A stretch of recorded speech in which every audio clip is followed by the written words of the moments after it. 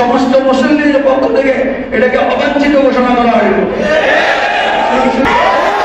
রাজধানী উত্তরার 12 নম্বর সেক্টর মসজিদের ইমাম এবার জামায়াতে ইসলামীর পাঠানো এক সতর্কতামূলক চিঠি মসজিদের মিম্বরে বসেই মুসল্লিদের সামনে ছিঁড়ে ফেললেন। এ ঘটনাকে কেন্দ্র করে পৃথক জনমত তৈরি হয়েছে। তবে চিঠি ছিঁড়ে ফেলার ঘটনার পেছনে আছে আরেকটি ঘটনা। মূল ঘটনা খুতবার একটি অংশকে কেন্দ্র করে। কি ছিল ইমামের সেই খুতবায়, আর জামায়াত কি লিখেছিল চিঠিতে, যা দেখে রেগে সেই চিঠি ছিঁড়ে ফেললেন খতিব সাহেব। চলুন বিস্তারিত জানাই আপনাদের।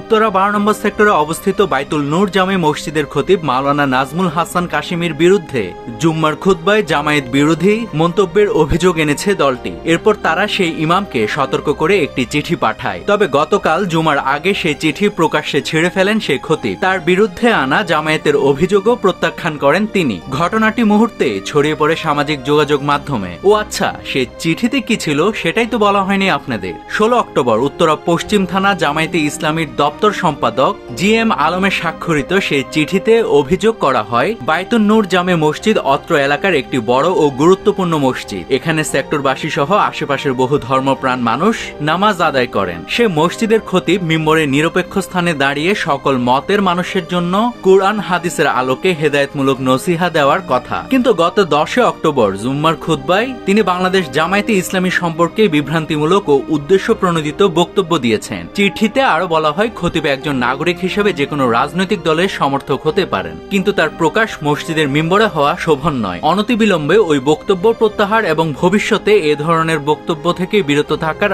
আহ্বানও জানানো হয় ওই চিঠিতে। এরপর জামায়াত যে কথাটি লিখে চিঠিতে, তার জন্য হয়তো প্রস্তুত ছিলেন না ইমাম। চিঠিতে এরপর লেখা হয়, ওই বক্তব্য প্রত্যাহার না করলে ভবিষ্যতে যে কোনো পরিস্থিতির দায়ভার খতিব ও মসজিদ কমিটিকে নিতে হবে। গতকাল জুমার আগে মিম্বরে বসে সেই চিঠি প্রকাশ্যে প্রত্যাখ্যান করেন খতিব। এবার আসা যাক কেন সে দ্বন্দ্বের বা মতবিরোধের সৃষ্টি সে প্রসঙ্গে। মুসল্লিদের বরাতে জানা গেছে, জুমার খুতবায় খতিব মাওলানা নাজমুল হাসান কাশিমি বলেন, রোজা আর পূজা এক নয়। গত শুক্রবারেও বলেছি, আজ আবারও বলছি, আপনারা সংযত ও সংশোধন হন, তওবা পড়ুন। এরপর তিনি চিঠিটি মুসল্লিদের সামনে উপস্থাপন করেন। এ সময় চিঠিটি প্রত্যাখ্যান করে উপস্থিত মুসল্লি ও মসজিদ কমিটির সদস্যরা নারায়ণ তাকবীর আল্লাহু আকবার ধ্বনি তোলেন। পরে খতিব নিজ হাতে চিঠিটি ছিঁড়ে ফেলেন। এদিকে চিঠিটির অনুলিপি দিয়াবাড়ি আর্মিকে, উত্তরা উপপুলিশ কমিশনার, উত্তরা বিভাগ অফিসার ইনচার্জ, উত্তরা পশ্চিম থানা এবং 12 নম্বর সেক্টর কল্যাণ সমিতির সভাপতি ও সেক্রেটারির কাছে প্রেরণ করা হয়েছে।